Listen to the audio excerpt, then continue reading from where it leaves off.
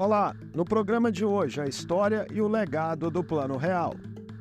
O plano econômico que pôs fim à hiperinflação e deu origem à atual moeda brasileira completou 3 décadas nesta semana e tem em seu DNA uma grande parcela de contribuição mineira. Quais foram os fatores determinantes na sua concepção? As repercussões políticas que se sucederam, o saldo até aqui e os desafios que permanecem. Eu converso com o economista e ex-ministro da Fazenda do governo Itamar Franco, Paulo Haddad. Bem-vindo mais uma vez ao Mundo Político, ministro. Uma honra para nós recebê-lo. Obrigado, Mário. Ministro, o senhor não participou diretamente da elaboração do plano, mas viveu muito de perto aqueles acontecimentos, aquela época. E queria começar a nossa conversa com um resgate de conjuntura. Muitas pessoas que nos assistem provavelmente não têm a dimensão do que era a economia brasileira naquele momento, né, do quanto a população sofria com a inflação. Queria que o senhor fizesse primeiro, né, essa lembrança para quem nos assiste. A questão mais grave para mim durante a superinflação, antes do Plano Real, foi a de que havia uma distribuição de renda implícita muito forte.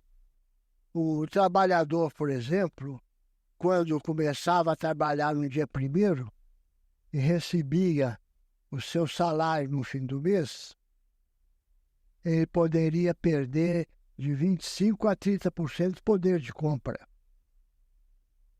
O grupo social de renda mais alta tinha condições de proteger o valor real da sua moeda ou fazendo depósitos em aplicações financeiras ou dolarizando o seu rendimento.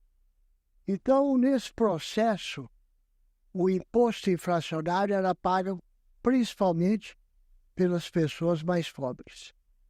E ao terminar a hiperinflação com bem-sucedido Plano Real, você praticamente estancou a distribuição perversa de renda e favoreceu a composição do poder de compra da massa salarial. Até na rotina diária, né, eu me lembro, por exemplo, minha mãe fazia pesquisas em vários supermercados para poder ali fazer compras, né, olhar os preços. Isso fazia parte da rotina dos brasileiros, porque a mudança era constante, né? A mudança era constante, às vezes 3 vezes por dia, e isso criava muita tensão, muito estresse e principalmente um sentimento de frustração, que o valor do trabalho, da renda recebida, não era compartilhada lá nas compras.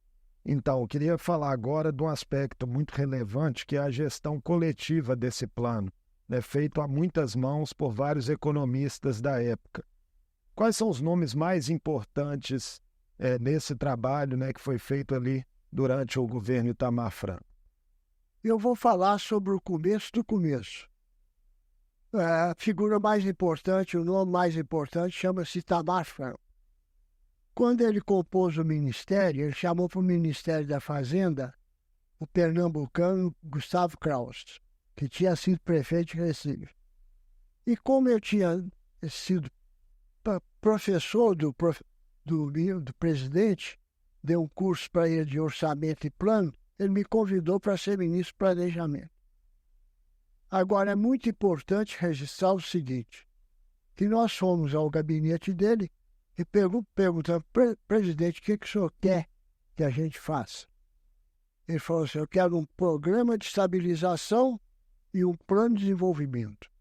O programa de estabilização tem que ter as seguintes características.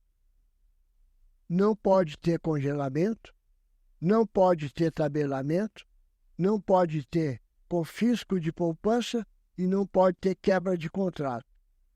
Eu peguei e disse para ele, presidente, eu estou indo à posse do novo presidente da Fiesp. E sei que a Rede Globo vai transmitir. O senhor quer que eu fale para o grande público esses 4 compromissos? Então, eu anunciei os 4 nãos do presidente. Isso tem que ficar claro, porque quem faz um plano acontecer, a primeira decisão é política. é do presidente. O Collor optou pela confisco da poupança. O Sarney optou pelo congelamento. O presidente não. O presidente optou por uma medida que fosse explícita, conhecida, popular e realizável. E entre os nomes técnicos, né, da elaboração do plano, quais são os mais Não, importantes? os quatro mais importantes que fizeram um plano bem-sucedido. Por que é bem-sucedido? Se você estudar as experiências históricas depois da Primeira Grande Guerra, de superinflação ou de hiperinflação, na Alemanha, na Hungria, na Argentina, esse foi o plano mais inovador, mais criativo, mais factível e historicamente mais bem-sucedido. Eu colocaria em primeiro lugar o que eu acho mais talentoso, o André Lara Rezende, depois o Edmar Baixa, Que é mineiro, né, inclusive. mineiro, os dois já têm famílias mineiras, o Per Charida e o Pedro Malan. São esses nomes, então. Sobre repercussões políticas, né, o ex-presidente FHC foi quem colheu, né, mais frutos políticos do Real, se elegeu 2 vezes presidente da República, né, na primeira delas ali com muito peso, né, da moeda. O ex-presidente Itamar Franco se ressentia disso ainda em vida um pouco? Olha, ele ficou realmente magoado com esse processo em que a figura dele, que assumiu o risco político de fazer um plano inovador, de desaparecer. Atualmente, na comemoração dos 20 anos, 30 anos, né, real, completado. a figura do presidente Itamar fica apagada, mas, na verdade, a gente tem que registrar a responsabilidade política, a decisão de assumir o risco e a decisão de avançar com o plano é do presidente Itamar. O presidente Itamar foi importante, inclusive, para, na época, quebrar um pouco da desconfiança da própria população, né, porque ela vinha já frustrada ali com uma sequência de planos que não deram certo, né? Cruzado, Bresser, Verão, Collor, enfim. Quando o presidente Itamar entrou, ele tinha um mandato de 2 anos. Eu perguntei a ele, presidente, o senhor quer fazer um plano que envolva um outro mandato? Ele falou, não, eu sou contra o segundo mandato. Porque quando tem segundo mandato, ao tomar posse no primeiro, o presidente já começa a pensar no segundo e compõe o ministério em função dos interesses da nova eleição, faz uma série de atos políticos de natureza mais populistas, etc. Eu tenho que lembrar o seguinte, né? Que o presidente Itamar era uma figura que bem aceita pela população. Então, a credibilidade inicial do plano veio da voz do presidente Itamar Franco. O Plano Real, né, foi um sucesso mesmo absoluto no combate à inflação, mas veio acompanhado, ministro, também de algumas medidas recessivas, né, nos anos que se seguiram, um aperto monetário, desestímulo ao consumo. Esses efeitos colaterais, digamos assim, que o plano teve, eles eram inevitáveis? Tinham que ocorrer? Tendo em vista que nós vimos de vários planos mal-sucedidos, para evitar alguma especulação, você tinha que blindar o plano no começo, com taxa de juros alto, com uma mini-recessão. Mas, para mim, o problema maior foi outro.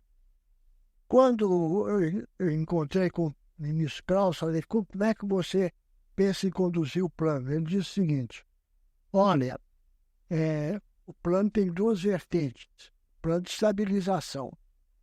Uma vertente é a transição entre a velha moeda e a nova moeda, daí a inovação da equipe técnica com a URV, mas para evitar que a inflação volte, nós precisamos fazer as reformas do Estado, a reforma da Previdência, a reforma fiscal. E se isso não for feito, o plano vai ter uma sobrevida grande, porque está muito bem arquitetado. Mas em algum momento pode haver repiques inflacionários e corroer o poder de compra da moeda. É o que a gente tem visto, Tem né, isso. ao longo da Tem história. um cálculo que eu vi recente. Quando foi lançado o Plano Real, o poder aquisitivo de R$ 1 era igual ao poder aquisitivo de $1.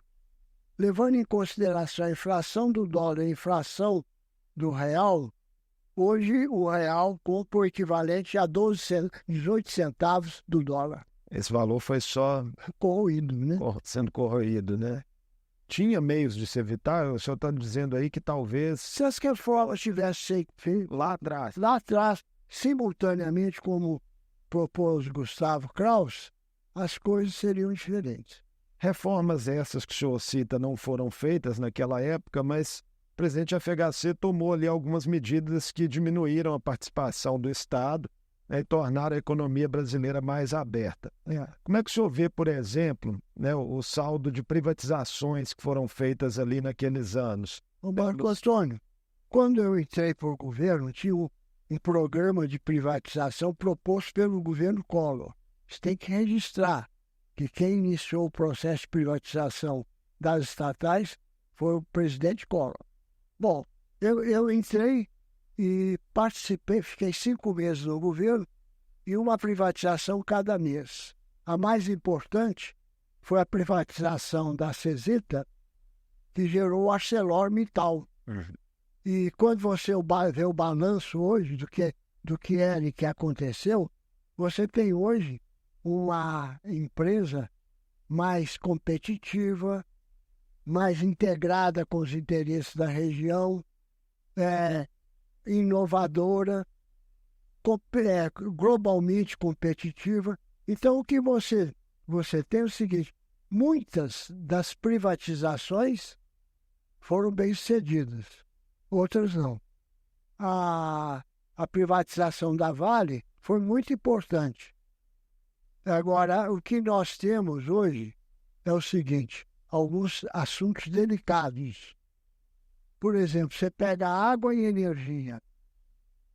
Eles não são bens privados, eles são bens de interesse público. São serviços essenciais. Serviços essenciais. Então, a privatização, para falar de um assunto nosso aqui, da Copasa e da CEMIG, exige um modelo bastante diferenciado para que os interesses da população sejam preservados. A gente já volta a falar da história, mas para aproveitar esse gancho que o senhor traz aí, como é que o senhor vê no debate público sendo colocada uma possibilidade de federalização dessas empresas para abatimento da dívida de Minas Gerais? Eu acho positivo pelo seguinte: ao federalizar, o governo tem bastante experiência de selecionar alguns segmentos que a privatização tem que ter um estilo diferente. Por exemplo, nós colocamos na lista do governo Itamar Banco do Brasil, os bancos oficiais,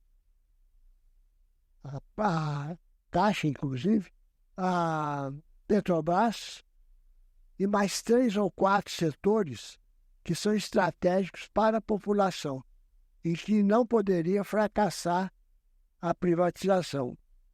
Por exemplo, você vê algumas privatizações problemáticas. A de energia elétrica da cidade de São Paulo. Você vê a das ferrovias. E outras muito bem-sucedidas. A minha mais bem-sucedida de todas é a de telecomunicações. Queria aproveitar a memória privilegiada do senhor para resgatar um pouco dessa questão da dívida de Minas com a União, porque foi naqueles anos ali, né, seguintes ao real, que a União assumiu dívidas dos governos do Estado, né, muitos dos quais ali dependiam da inflação, de empréstimo dos bancos para equilibrar as contas. E essas operações, ministro, repercutem até hoje, né, negativamente em finanças estaduais. A de Minas Gerais é um exemplo claro, né, disso. Na época, parecia um bom negócio? Não, se você concordar, eu vou fazer uma digressão. Entre 1900 e 1980, o Brasil cresceu 5% ao ano. E a partir de 1980, houve uma desaceleração no crescimento. No século XXI, de 2000 a 2022, que nós temos estatística do Banco Mundial, a China cresceu 345%. O Brasil cresceu 26% no acumulado. Então, o Brasil tornou-se um país de crescimento, baixo crescimento. A expressão correta é crescimento pífio. Por outro lado, a despesa pública acelerou a partir da reforma de 1988. Da Constituinte. Vieram as políticas públicas. Alguns números. No ensino público federal, universitário, tinham 100 mil estudantes. Hoje nós temos mais de 2 milhões. Não havia o SUS. As políticas sociais compensatórias, Bolsa Família, Bolsa Família, os benefícios continuados e a Previdência, hoje pagam 35 milhões de cheques de pagamentos por mês. E a dívida não pesava naquela época.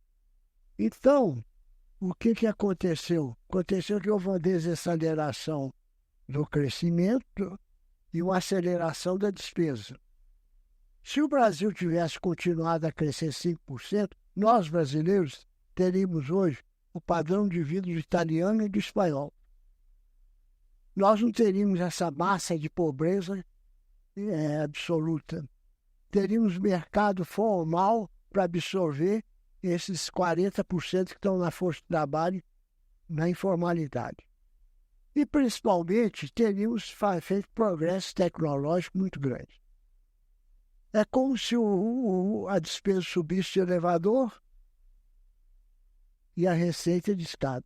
Foi isso que endividou os estados. Isso aconteceu nos estados também. Hoje a dívida de Minas é a maior do Brasil. 160 bilhões aproximadamente. Então, isso inviabiliza a administração pública.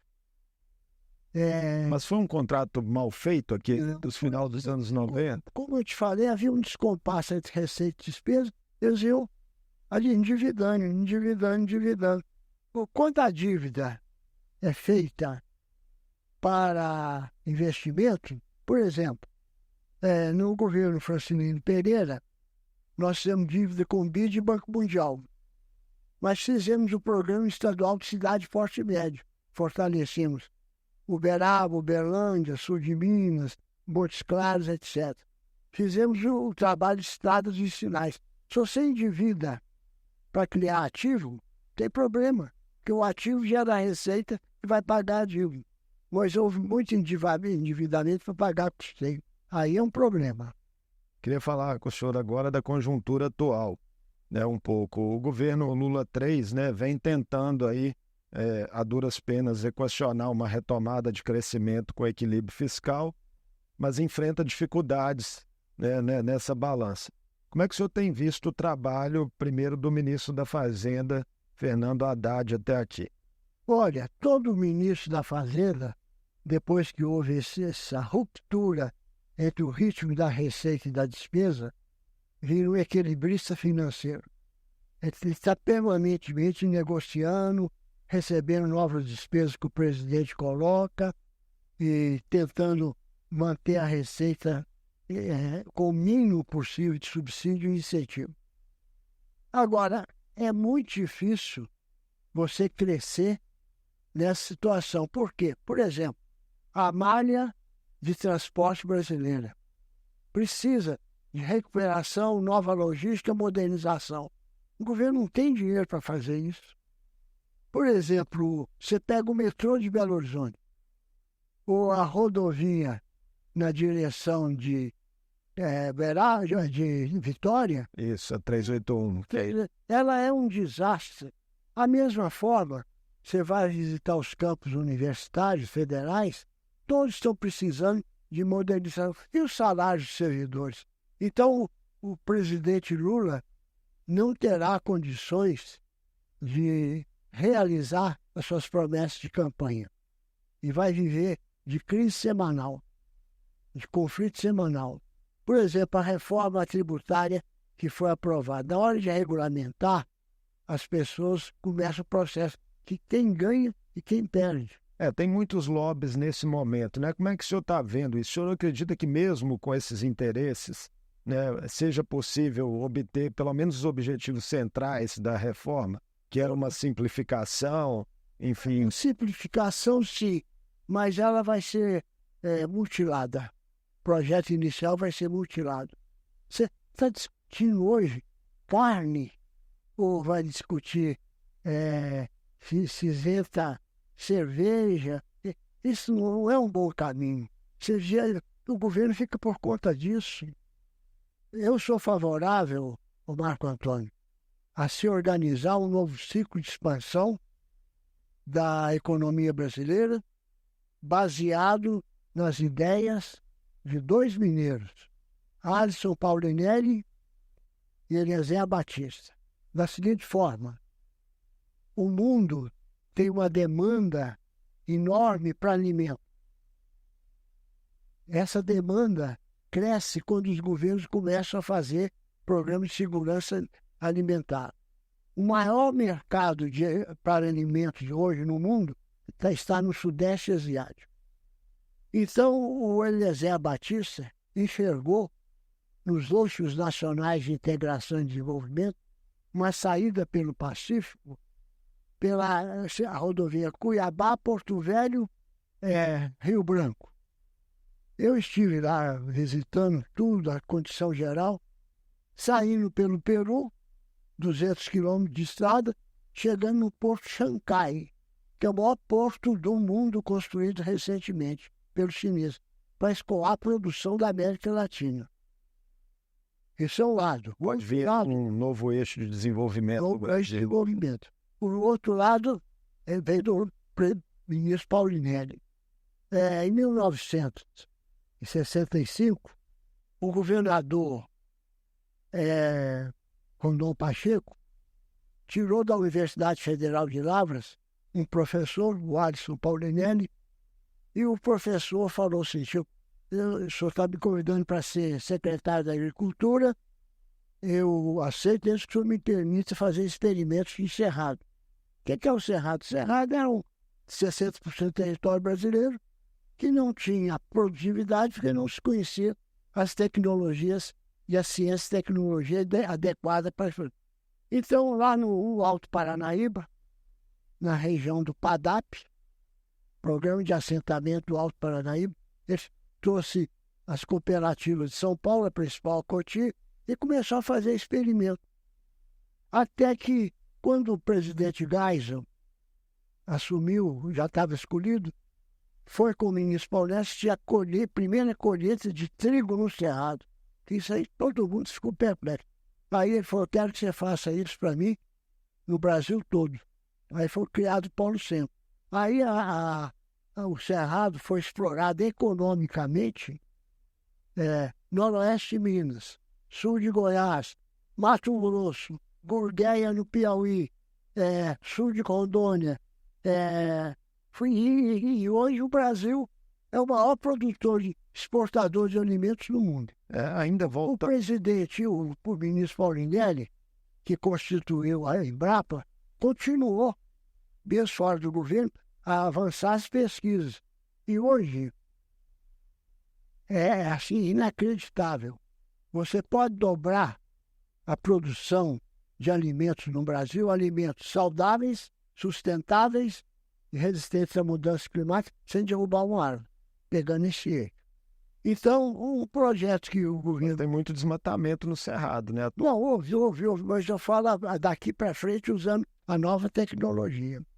Então, o seguinte, o que o ministro fez? Deixou montado esse projeto. É um projeto chamado Terceiro Ciclo de Expansão da Economia Brasileira no pós-guerra. O primeiro foi JK, o segundo com milagre econômico com os militares, o terceiro seria esse. Agora, é a única saída, porque se você continuar com esse programa de equilíbrio fiscal, o Lula não consegue o equilíbrio, e se conseguir o equilíbrio, a economia não cresce.